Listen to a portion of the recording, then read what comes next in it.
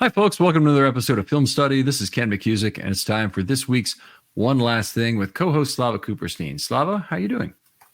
Doing well, Ken. Another win, another heartbreaking injury. So goes the life of a Ravens fan. Yeah, it's if it were, it's a terrible injury. We're going to get into that in a moment in terms of what it means for the Ravens. Obviously, really harmful for 23, but also could be bad for 24 as well. And unfortunately, it's not the only one. Ronnie Stanley, although practicing again today, was left the game. Moses left the game. So the Ravens have some things to deal with injury wise. I think we'll focus on the Mitchell stuff that's going on right now, since there's too much to make this a pure general injury show. But Mitchell, an extraordinary 2023 rookie year. Yeah, I mean, I struggle to remember another time when we caught lightning in a bottle. The way that we had with that with Mitchell, and just his explosiveness, tackle breaking ability, which was a pleasant surprise, and vision, and and just also obviously a feel good story with his father's ties to the Ravens, and being part of such an important play in Ravens history against the Titans. So it was a feel good story until it wasn't. It's heartbreaking into a otherwise wonderful season. Yeah. I think, I've been posting a few things on this, but I want to kind of collect them here and talk a little bit through this. But the Ravens, Mitchell, when you look at all the seasons of 40 plus carries, and originally I was just looking at rookie seasons of 40 plus carries and try and find, who had done anything similar to Mitchell. And then I said, wait a minute, all running back seasons of all time, any year of 40 plus seasons. Mitchell had 8.43 yards per carry. That is the second highest total in NFL history for a back of any tenure with 40 plus carries. And the only guy who's ahead of him currently might not be by season end, and that's Devon Achane of the Dolphins. Ravens have something to say about that, in fact. Devon Achane is at 8.51. Season's still in progress and certainly could fall behind Mitchell. I think that would be the expectation. Yeah, it would be nice if we could bring that average down a little bit. Do it for Keaton. Yeah, there you go. There's more about this season. I also wanted to look at some of the advanced stats like DeVoa on this to see how he's done. And one thing that really stands out is his 68.1% success rate. Now, what I have for DeVoa is only for 2020 through 23 that I can get from the FTN website. By the way, great resource. It's where the Football Outsiders material migrated to when Aaron Schatz went there. But they have a 68.1% success rate on his carries. And that basically is looking at it and saying how many of his carries were wins based on down and distance and the yards he gained.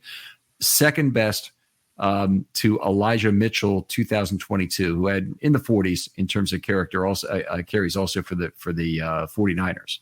So just fascinating in terms of that, in terms of the success rate. It's not the only statistic where he's really outstanding. Did it feel like, as we went through this, that his success rate was that high? It did feel like there were a lot of 8, 9, 10-yard runs, and most of those are going to be successes, but there were also a couple -5s in there.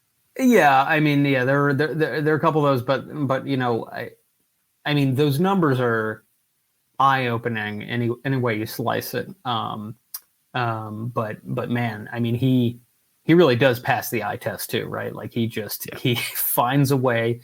I mean, like when he reversed the field on the one run.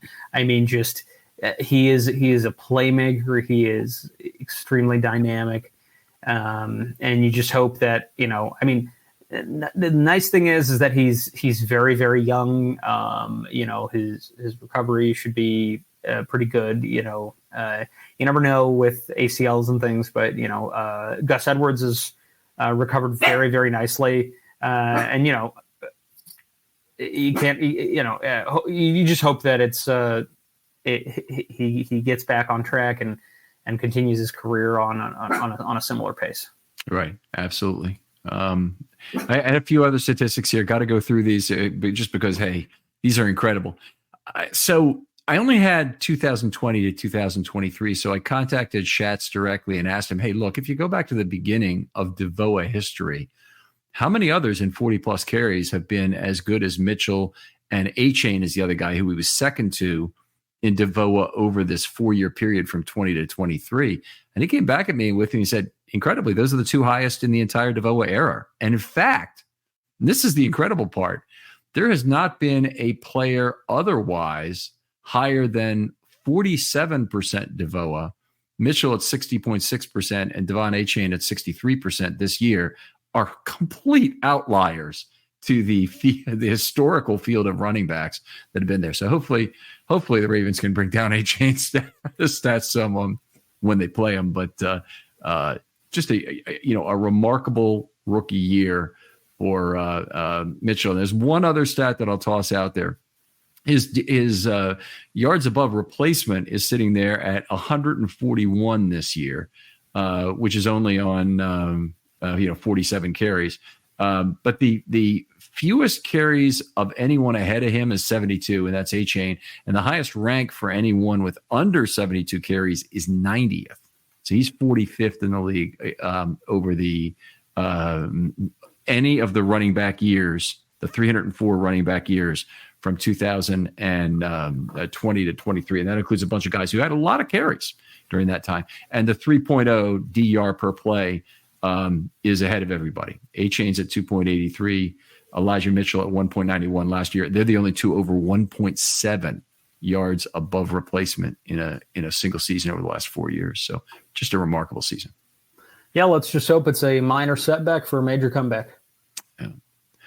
All right, there you go. So in terms of what we learned from Mitchell's great season, one of the things that I am continually refocusing on is how much the Ravens need speed to complement Jackson. Yeah, I mean, I feel like at times the Ravens have, as an organization, sort of taken for granted what Lamar is able to what Lamar is able to bring to the table. Not in the sense that they just think it's enough that pretty much any running back that comes in here is going to be successful because Lamar's here. And sure, if you're an NFL caliber running back, you're going to probably do pretty well here. But the thing is that, the accurate term to describe Lamar is force multiplier, right? Yep. And so when you multiply by, it's better to multiply by a bigger number. By a large number, yeah. than a lesser number. So, when Lamar is freezing defenders in their tracks and somebody is able to be such a sudden athlete and just, completely, flip the field the way that, horizontally, the way that Keaton Mitchell is able to, all the more, reason to do that. And quite frankly, it's not just his raw talent and his its ability. It's how he complements the other running backs stylistically. And yes, Gus is your, and all of them are kind of, to some extent a little bit of tweeners. Like they can do a lot of stuff. Gus isn't this like slow plodding power back. No, he's actually, he can reach pretty good top speed. He's pretty slippery, but he is a power back, before everything else. And Justice Hill is your third down, back. And, having that third dimension is important. Yeah, it's very important. And I kind of think of all backs in terms of their what they do as runners as being some combination of speed, power, elusiveness, and contact balance. And it's not just that simple. I'm obviously grouping things when I talk about those four categories. But Mitchell gave a lot of contact balance and a lot of speed in terms of what we saw. There was a lot of ability to run through tackles. That was the big surprise about him. And that was the thing. I think if NFL scouts had any inkling that he would be that type of back at this level, then I think he would have certainly been drafted. I don't know what round he'd been drafted in, but he's certainly been drafted. But the Ravens, to the Ravens' benefit, he lasted and was still around. But I'm with you that you really need to have. You're putting normally a good player or an okay player put in excellent circumstances can turn in a really good performance. And the Ravens have gotten that from a lot of running backs since Lamar got here. A great running back put in a great personal circumstance. That's what you really want. That's where you catch lightning in a bottle and get an outrageous outlier performance like the Ravens did from Mitchell. Yeah, and it seems pretty obvious, but then when you can put people on the field where the defensive coordinator is like, all right, we need to pay attention to that guy, right? The most number of people that you can put on the field, I mean, the better. And that's actually something that the 49ers, who will be facing this upcoming week, have made their living doing in recent years. It's been more than 40 years now since the Bill James Baseball Abstract first came out. And that was one of the books that really kind of shaped me as a baseball fan growing up and whatnot. But it was a book I look forward to every year. And one of the things he did one year in the book was talk about what sort of marginal players do well in this ballpark for each team. And he was talking about that. And I'm thinking, this is exactly the kind of context question the Ravens need to be asking about a player, about everybody, but about running backs in particular, is what sort of marginal characteristics can we live with and still derive value from in terms of running backs? And, I think the Ravens will be looking for pure speed guys. I think, the word may be out because Miami and San Francisco are winning with pure speed guys. And the Ravens just had a pure speed guy who shot through the roof this year, obviously. But I think there's going to be more of an emphasis on speed in the draft period. But I think that to the degree that there are some guys who are undersized, like Mitchell, come from smaller schools like Mitchell, there may be an opportunity where the Ravens are able to answer that question for themselves. I hope they're looking at it consistently. Yeah, no, I mean, it's the proof is in the pudding. Mitchell is definitely,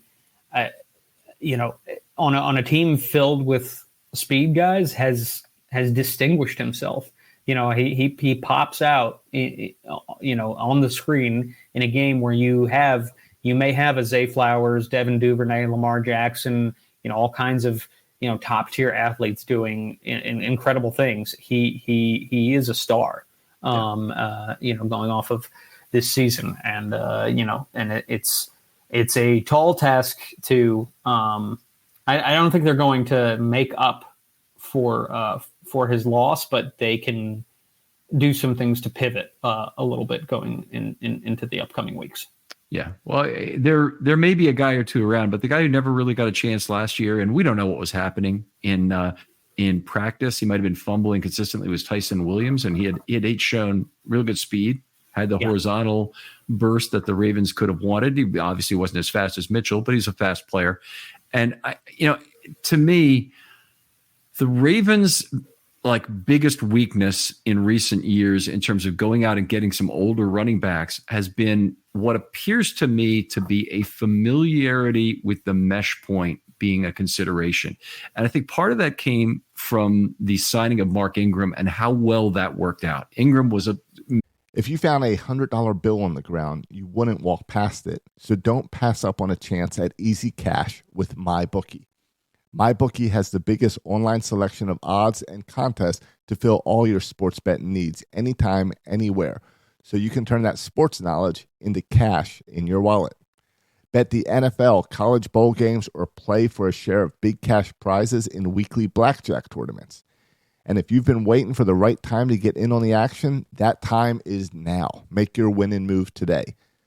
Sign up at MyBookie and use the promo code RAVENS to claim your deposit match, redeemable up to $1,000. Again, that's promo code RAVENS to claim your bonus. Experience the thrill of sports betting right from the comfort of your home. Bet anything, anytime, anywhere with MyBookie. Master of the mesh point and didn't have a whole lot of speed when he came to the Ravens. Let's face it. He was a between the tackles runner who just very effective with a great offensive line in front of him and running out of the pistol with Lamar being the horizontal threat to the field, and that's how that 2019 offense was run. And so then the Ravens said, well, okay, 2020, 21, 22, we're gonna pick up these geriatric backs. I keep using that word. It's pejorative, obviously, but I'm trying to.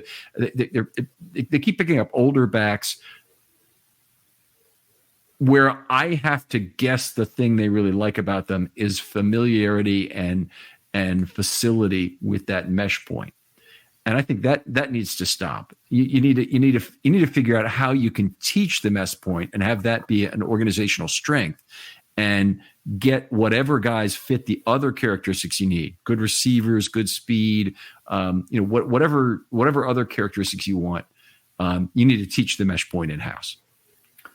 Yeah, I mean, I agree with you. You shouldn't, you shouldn't, if you go get a guy because he's good at A, B, and C, you shouldn't try to force your scheme if it's not working on that guy, and figure out how you can, use that guy to their best ability, right? So if you get a guy because he's a speed guy, but mesh point's not working, don't just toss him to the and say it's not going to work if you need speed.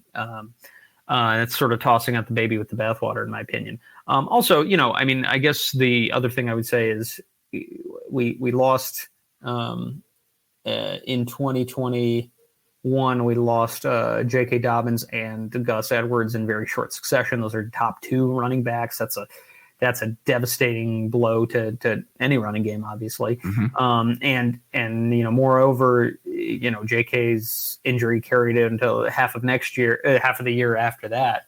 That's even before his subsequent injury. Which sidelined him this year. So it has been, a lot to overcome. I'm hoping that it was more circumstance than anything. But, again, running back is one of these positions where you can go out and find guys that have different, skill sets, even late in the year. So maybe the Ravens are better served to do something like that. Yeah, there might still be a guy out there. I think a lot of that depth that's on people's practice squads and whatnot has been exhausted at this point. But we'll see. I mean, we're in December. It's very. I mean, just try and go out and find a good left tackle or cornerback right now. It's impossible. There isn't anybody left. Sure, out there in practice squads. But if you try and go out and get a good running back, maybe you've got a slightly better chance. But you're not going to find anybody with true raw speed that's anything close to a Mitchell or you find some other damaged property otherwise who's out there currently. One of the questions coming out of this obviously is, what do the Ravens do for the rest of 2023? And you had some kind of thoughts about that. I want you maybe to start with that, and then I'll add one maybe after that.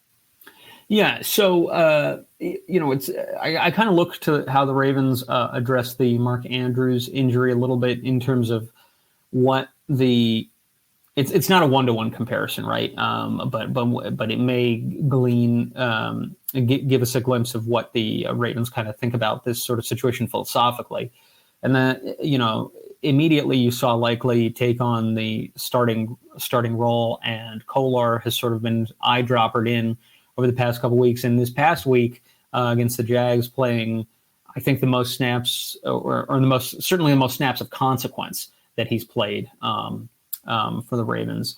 You're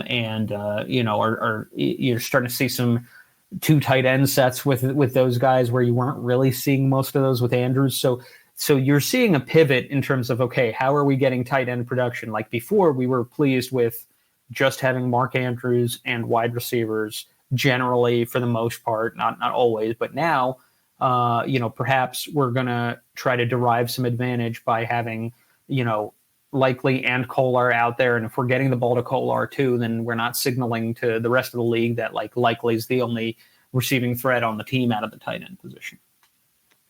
Yeah.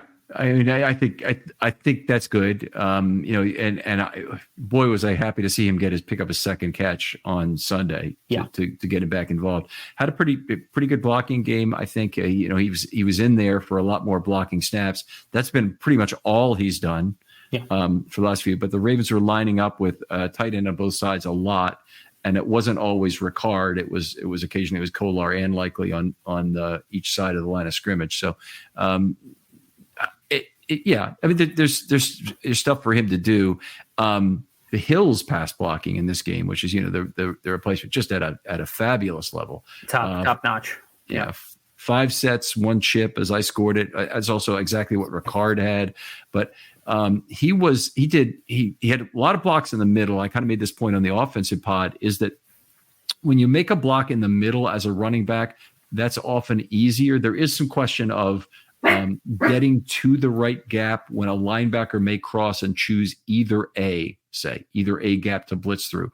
That running back has to be properly positioned to take care of it. But on the other hand, when they get into the gap and correctly assess where a stunt or a blitz is coming from, they can jump up and use the presence of blocks to their left and right as an assistance to them in stopping a bigger man. They don't have to cut block, and they can go up high. Hill remarkably staying up high and made good blocks in the middle, but he also had a great block on the edge to stop when he's out up there on an island against a larger man, because let's face it, everybody in the NFL is a larger man than him, and did a great job blocking him. So he really reset the bar as far as my expectations for him in terms of him as a pass blocker, and boy, do the Ravens need that to work out for the rest of this year. Yeah, I mean, you can tell that this is something that he's really been working on, particularly with the emergence of Keaton Mitchell. Like, that was the way that Justice Hill was going to provide benefit to this team. And it really, I mean, he really did a phenomenal job. I mean, that's probably the second best block from a running back we've had, pass block from a running back we've had this year. For my money, the number one is Gus standing up Myles Garrett. I mean, that was, I mean, he completely stood him up, and I was like, wow. I mean, just completely stonewalled him on a play, which I thought was tremendously impressive. All right, great stuff. Now, one of the other things I've heard, and this is a great idea, it came from Reddit, wasn't my own, because I should have thought of this, but Devin Duvernay's on IR right now. I don't know what the prognosis is for him returning. He may already be done for the year, in fact, but he is a speed player and probably the one guy the Ravens have who could legitimately move to the backfield. Some of this has been very surprising. Aguilar has played a fair amount of tight end this year. He's lining up with his feet even, which means I score him as a tight end when I do the offensive line. He's listed that way, and he's made some blocks on the end of the line of scrimmage to help chip and whatnot. So he's very versatile. I wouldn't want to take anything away from a player like him, but the guy who really looks like he could move to the backfield is Devin Duvernay.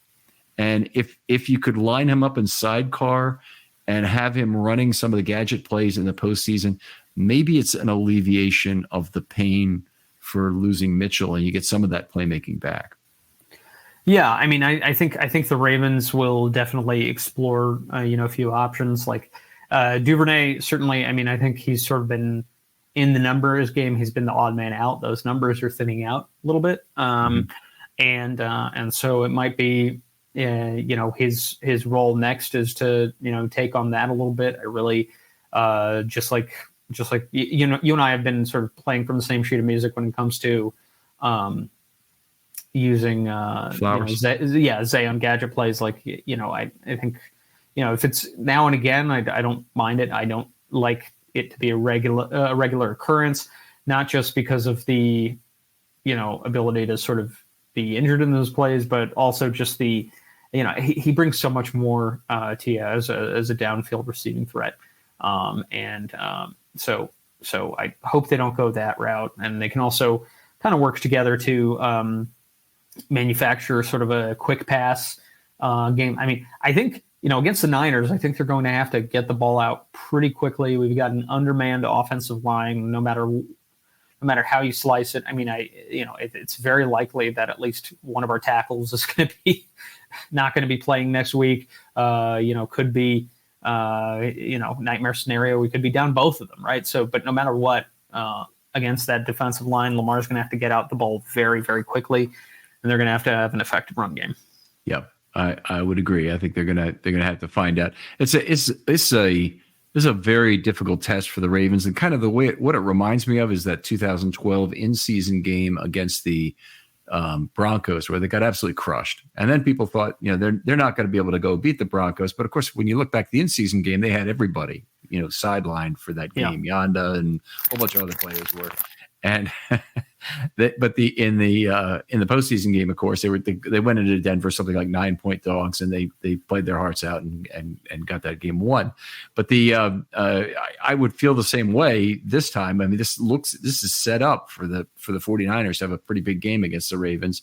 An awful lot of things are wrong, and if you wanted to have that game that would go really wrong in terms of the pass rush getting to Lamar and Lamar having a really bad game with 2 or 3 interceptions. I could easily see that being this week, forced to do things that he hasn't had to all year, specifically play from behind against the 49ers, which could make things, it could definitely make things get ugly. But I don't think it necessarily has a huge predictive impact on what might happen in a Super Bowl matchup between these two, where presumably teams would be more healthy. Yeah, no, for sure. I mean, there's a ton of time between this coming week and the Super Bowl. And hopefully we would lock down that number 1 seed and give some of our players a little bit more time to kind of get right in the health department. I guess all I could say is, comparing these past couple seasons to this one, number 8's healthy. That's the biggest difference. That's a universe of difference. I think when Lamar's in there, he can extend plays with the best of them. He can, make a play that, I mean, right. The Jags defender that's on an all-time reel for Lamar, right? Mm-hmm. The Jags defender just on top of him, just being like, how? Right. Like, yeah. So I wouldn't underplay the loss of Keaton Mitchell. I think, a talent deficit is a talent deficit, right? We definitely are not as talented this week as we were last week, with the loss of him. But I do think that, the Ravens have found a lot of different ways to win on offense. And I think that they're capable of adjusting, and, that work begins this week. Yeah.